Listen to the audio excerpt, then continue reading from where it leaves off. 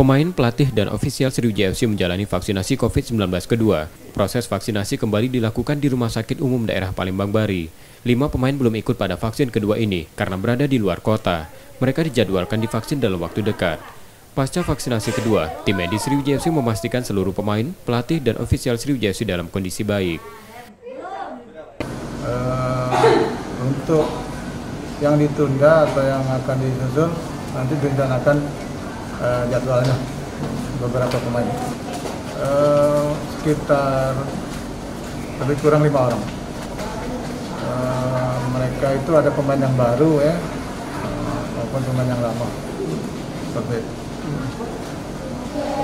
Dengan sudah selesai para pemain ofisial maupun pelatih diberikan vaksinasi COVID ya, dalam hal ini Sinovac 1 dan 2. Itu kita harapkan terbentuk imunitas yang optimal ya, sehingga mereka bisa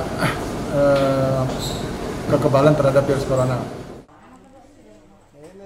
Selesainya vaksinasi menjadi kemantapan Sriwijaya FC menyambut kompetisi Liga 2 2021.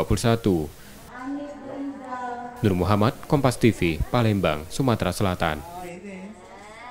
Ini tokenya nih, toke. Bos, ini bosnya nih. Love you. Bosnya.